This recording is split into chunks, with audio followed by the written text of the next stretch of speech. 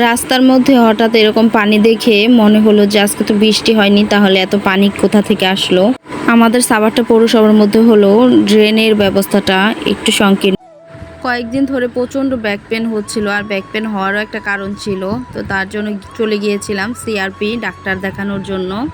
আর এখানে কাউন্ট করছিলাম আমার সিরিয়াল কখন আসবে।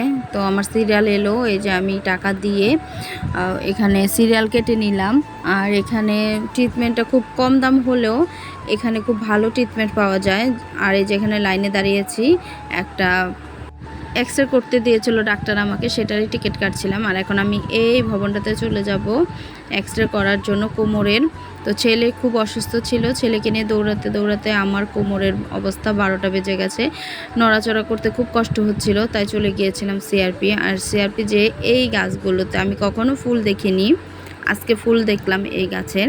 আর এখানেও এসে সিরিয়ালে পড়লাম, আমার সিরিয়াল ছিল 88।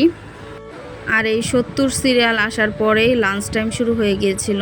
তারপরে যে এগুলো এখানে যারা স্পেশাল চাইল্ড ওদের দিয়ে এগুলো তৈরি করে আর এখানে রেখে দেয় সেল করার জন্য।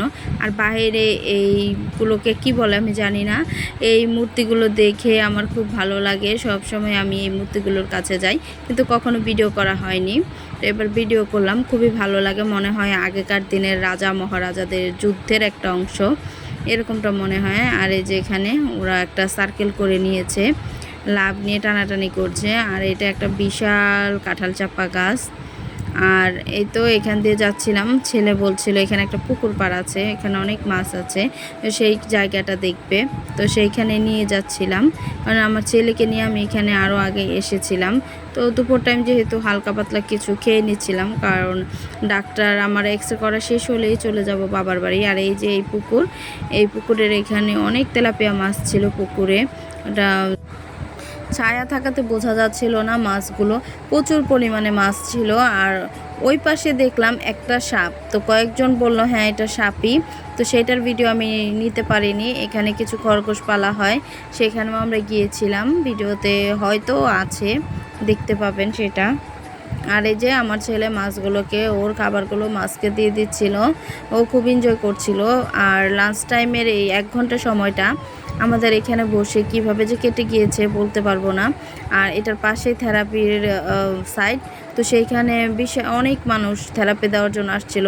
তো তাদেরকে দেখে আমার নিজের কষ্ট আর কষ্ট মনে হচ্ছিল না, মনে হচ্ছিল আলহামদুলিল্লাহ আমি হয়তো অনেক ভালো আছি ওদের তুলনায়।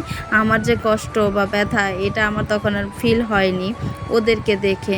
তো আল্লাহ সবাইকে সুস্থ করে দেখ, সেটাই দোয়া করি। আর সব সময় শুনতাম যে হাসপাতালে গেলে বোঝা যায় যে সবার থেকে আমি ভালো আছি, আলহামদুলিল্লাহ। তো আমারও সেই সময়টা মনে হয়েছিল আলহামদুলিল্লাহ আমিও ভালো আছি। আর এই যে দেখতে দেখতে খরগোশের কাছেও চলে আসলাম। আর এই খরগোশের এখানে প্রচণ্ড বাজে রকম গন্ধ ছিল, যার কারণে বেশিক্ষণ এখানে দাঁড়াইনি। আর এই যে এগুলো সব থেরাপি দেওয়ার জায়গা, আর পাশে এরকম একটা নার্সারির মতো, সেখান দিয়েই যাওয়া লাগে। আর এই যে আমার সিরিয়াল এখনও আসেনি দেখে এটা পাশের আরেকটা ইউনিট, এখানে রোগীদের ভর্তি রাখা হয়। তো এখানে একটা দোলনা থাকাতে ছেলেকে নিয়ে গেলাম এখানে দোল খাওয়ার জন্য, একটু সময় পাস করার জন্য আর কি। এটার পাশে আমার এক্সরে রুম, তো এর জন্য এখানে ছিলাম। আর ওই যে পাশে যে ছেলেটা, ওর বাবা নারকেল গাছ থেকে পড়ে গেছে, পড়ে গিয়ে কোমরে চোট পেয়েছে।